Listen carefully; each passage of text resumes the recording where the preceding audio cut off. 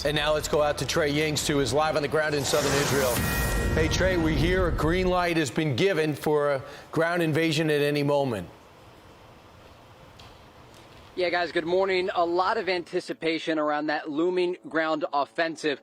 Right now, we're here along the Israel-Gaza border. We've been watching all day as the Israelis continue airstrikes against targets along the Gaza Strip. Also, we can see from this vantage point where rockets are coming off of Gaza, targeting southern Israeli communities. There was a lull in the fighting overnight, a limited amount of rocket fire, an indication that Hamas and Islamic Jihad are trying to preserve their stockpiles. But I do want to show you the scene behind me here and have my cameraman just punch in to show you how close we are to Gaza.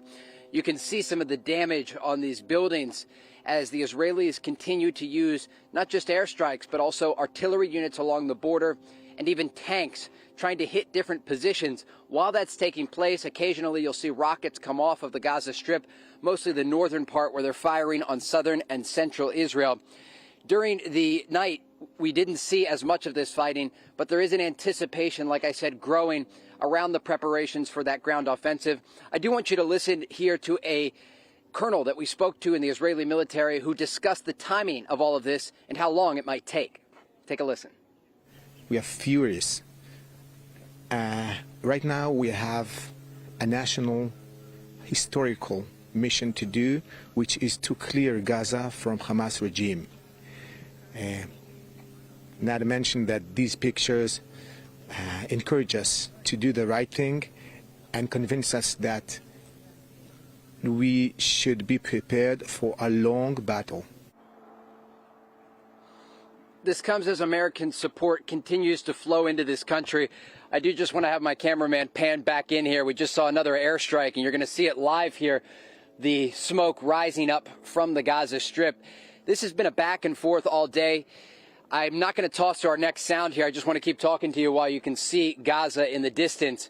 But we did speak with the governor of New York yesterday, and she talked about the aid that's been coming in, not only armored vehicles, but other small diameter bombs and things the Israelis will need amid this campaign. It is expected to take months for Israel to enter Gaza and destroy and degrade Hamas capabilities inside the Strip.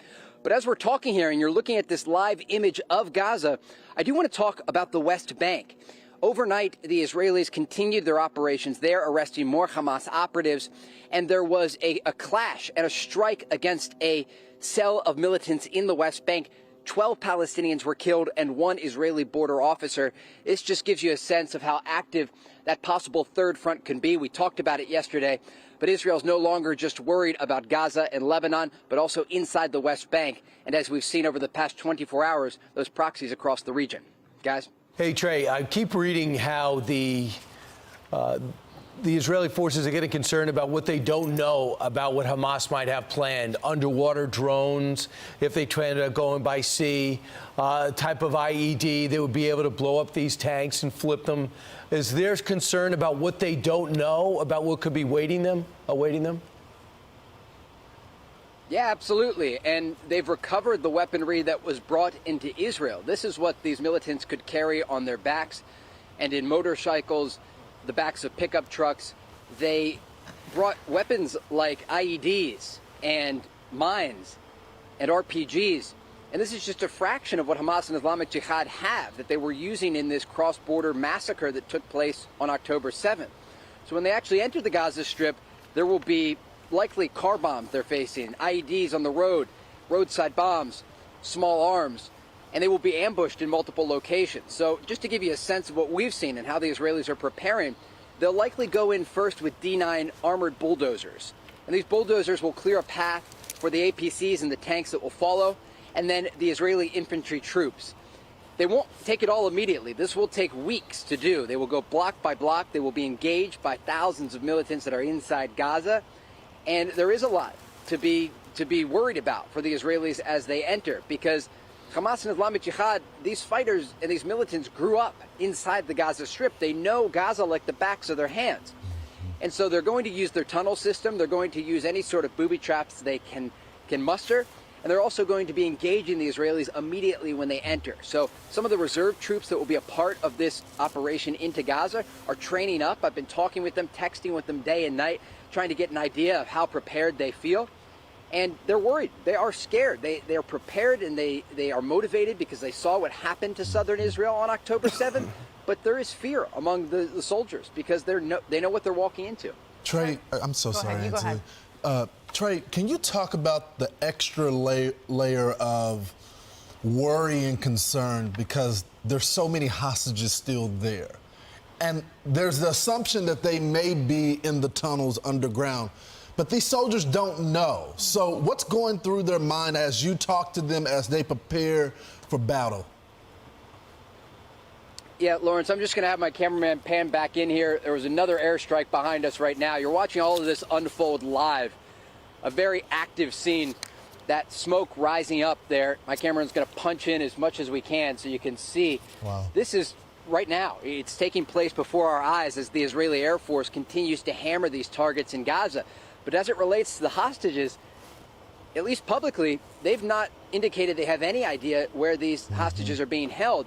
And the analysis about what's taken place indicates they are spread out throughout the Gaza Strip. So it's not just Gaza City, what you're looking at behind me, the edges of Gaza City, but also Khan Yunis, the second largest city in Gaza, and Rafah, that southern city where so many people are trying to cross into Egypt.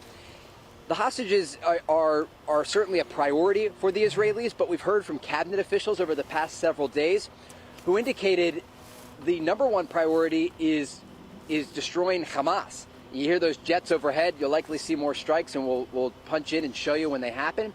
But they're going to try and destroy Hamas and understand that these hostages, in some cases, may not be found immediately. There are special forces that need to get in there once the Israelis can secure territory, and they will certainly act on any intelligence they receive. But that is the most complicated part in all of this. There are soldiers, civilians, and foreigners inside Gaza, and they're not necessarily along the edge of the Strip. They're likely deep inside Gaza and possibly beneath.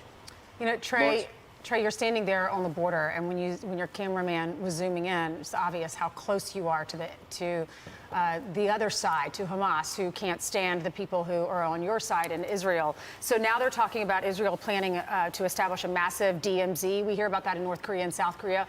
After that'll be the length of the Gaza border fence after the ground assault, and they're saying it'll be enhanced in addition to the 40-mile fence that's already there.